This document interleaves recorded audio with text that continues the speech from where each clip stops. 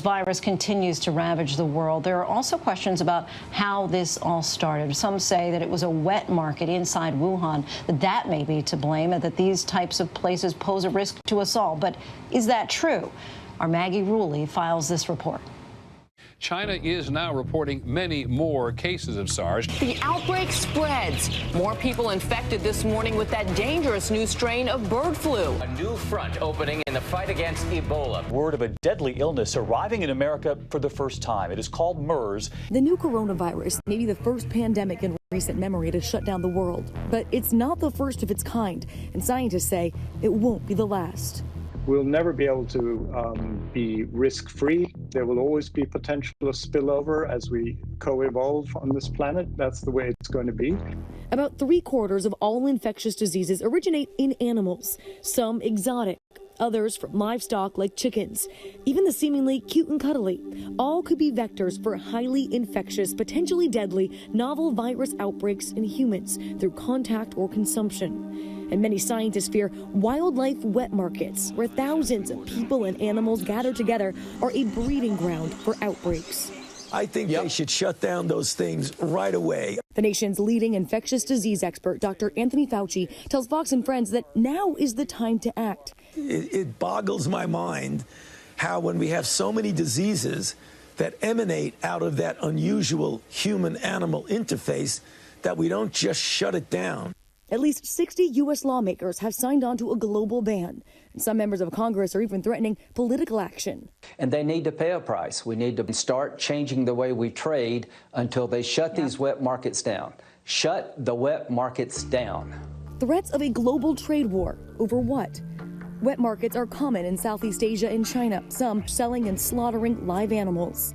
We just need to ban these markets of live animals for commercial purposes, because that will reduce the hazard and the risk for spillover to humans. Dr. Christian Walzer calls these markets cauldrons of contagion. You're bringing together animals from a large variety of geographic locations. These are wild animals which would never meet each other in real life. And you just create this artificial interface here where all these animals come together, you stack them on top of each other, and they will just be shedding viruses and exchanging viruses.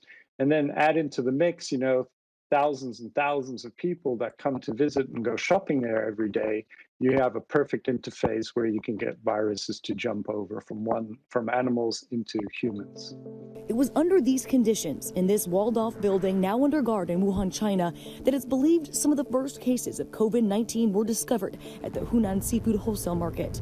Here, you could buy livestock familiar to so many of us in the West, but there was also an entire wild animal section that offered things like porcupines, snakes, and baby crocodiles. And while scientists have not yet been able to confirm the exact sequence of events, most believe it started in a bat, an animal known for carrying dangerous viruses. It's then thought to have jumped to an intermediate animal, perhaps a snake or a pangolin, before jumping to a human.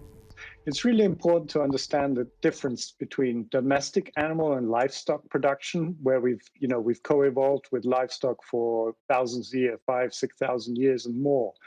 And we really know a lot about diseases that livestock harbor and poultry. But we know nothing, just about nothing, about what disease agents wildlife can harbor.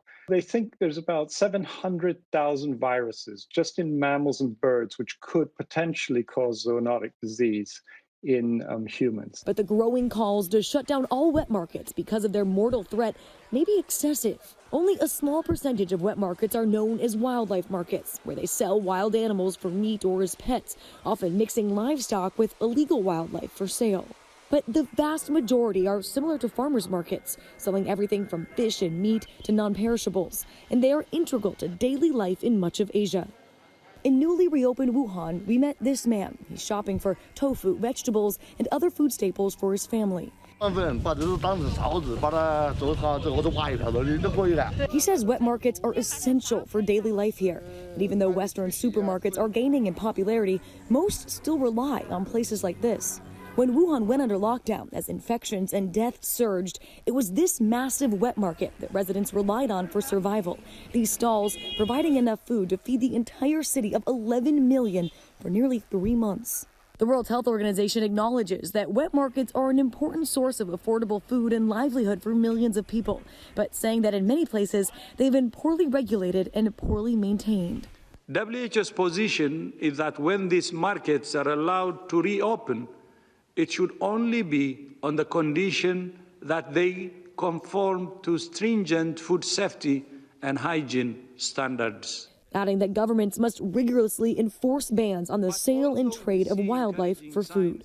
After the last major bird flu outbreak less than a decade ago, most livestock and poultry slaughter were moved away from these facilities. And after this current outbreak, the Chinese government has banned the trade and consumption of wild animals for food. But there are concerns about how well these restrictions will be enforced. And the government has not yet banned the commercial sale of wild animals for pets, traditional medicine, or ornamental uses. And there are fears that even as these illegal markets are shut down, the wildlife trade will simply move online, a place that's already beginning to gain in popularity. Most of the wet market is not a problem whatsoever. It's actually only the wildlife trading component, which honestly can be huge. Dr. Walser says the entire chain of wildlife trade is a threat. We're very focused on the market at the moment, and everyone talks about the market, but there's a whole trade chain where these animals come in contact with humans. So the spillover can happen anywhere along that chain. Official Chinese figures for wildlife trade and consumption showed that it was a $74 billion industry, providing work for 14 million people over the past decade. These exotic animals are often a luxury or used in ancient medicine, but certain animals are also eaten in rural areas, similar to how some Americans eat game, like deer. Live animals is really a specialty in Southeast Asia, and the sheer size and magnitude of animals which are being traded is unique to Southeast Asia and China. It's a big business to stop. But for the first time, Dr. Walser says he feels he has international support. There's no going back. I mean, these past 12 to 14 weeks have changed the world. So I'm very, very optimistic that we'll move forwards, and within the next 6 to 12 months, we'll have legislation in place throughout all these countries. Speaking before Congress on Wednesday, Dr. Walser argued that it's going to take a collective global approach to shut down this trade. With an estimated 1.7 million undiscovered viruses out there in wildlife, Dr. Walser calls on the U.S. to lead this mission, saying the focus now needs to be on shutting down the illegal wildlife trade and stopping the spread of the next pandemic before it starts.